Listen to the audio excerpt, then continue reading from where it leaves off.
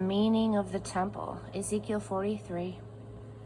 The man brought me to the east gate. Oh, the bright glory of the God of Israel rivered out of the east, sounding like the roar of flood waters, and the earth itself glowed with the bright glory.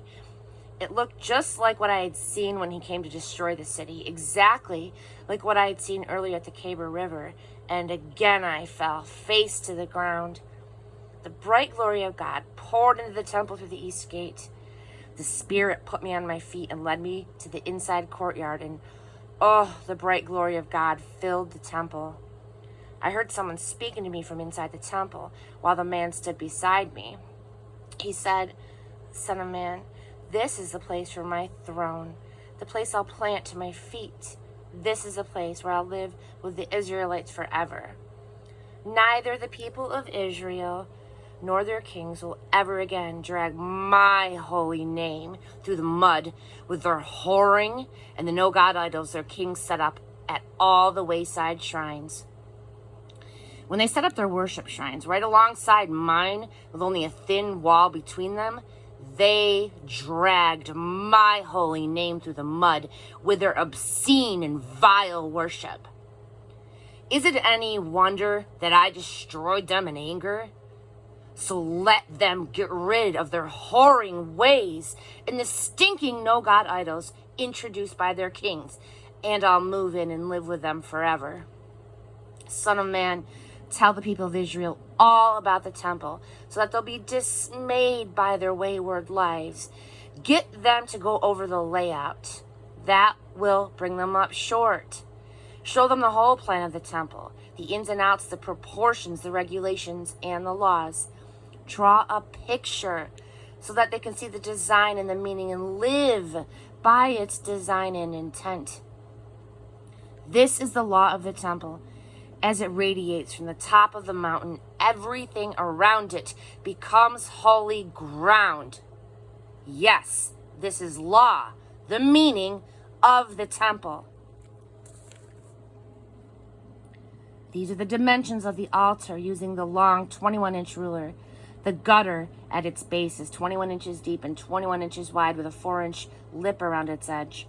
The height of the altar is 3.5 feet from the base to the first ledge and 20 inches wide. From the first ledge to the second ledge, it is 7 feet high and 21 inches wide. The altar hearth is another 7 feet high. 4 horns stick upward from the hearth, 21 inches high. The top of the altar of the hearth is square, 21 by 21 feet. The upper ledge is also square, 24.5 feet on each side, with 10.5-inch lip and a 21-inch wide gutter all the way around. The steps of the altar ascend from the east.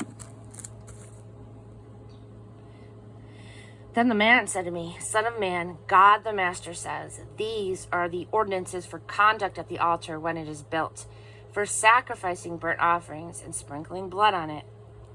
For a sin offering, give a bull to the priests, the Levitical priests who are from the family of Zadok, who come into my presence to serve me. Take some of its blood and smear it on the 4 horns of the altar that project from the 4 corners of the top ledge and all around the lip. That's to purify the altar and make it fit for the sacrifice.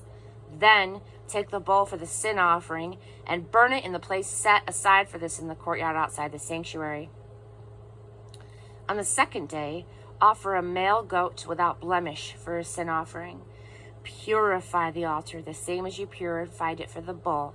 Then, when you have purified it, offer a bull without blemish and a ram without blemish from the flock. Present them before God. Sprinkle salt on them and offer them as a burnt offering to God. For 7 days, prepare a goat for a sin offering daily, and also a bull and a ram from the flock, animals without blemish. For 7 days, the priests are to get the altar ready for its work, purifying it. This is how you dedicate it. After these 7 days of dedication, from the 8th day on, the priest will present your burnt offerings and your peace offerings, and I'll accept you with pleasure, with delight. This decree of God the Master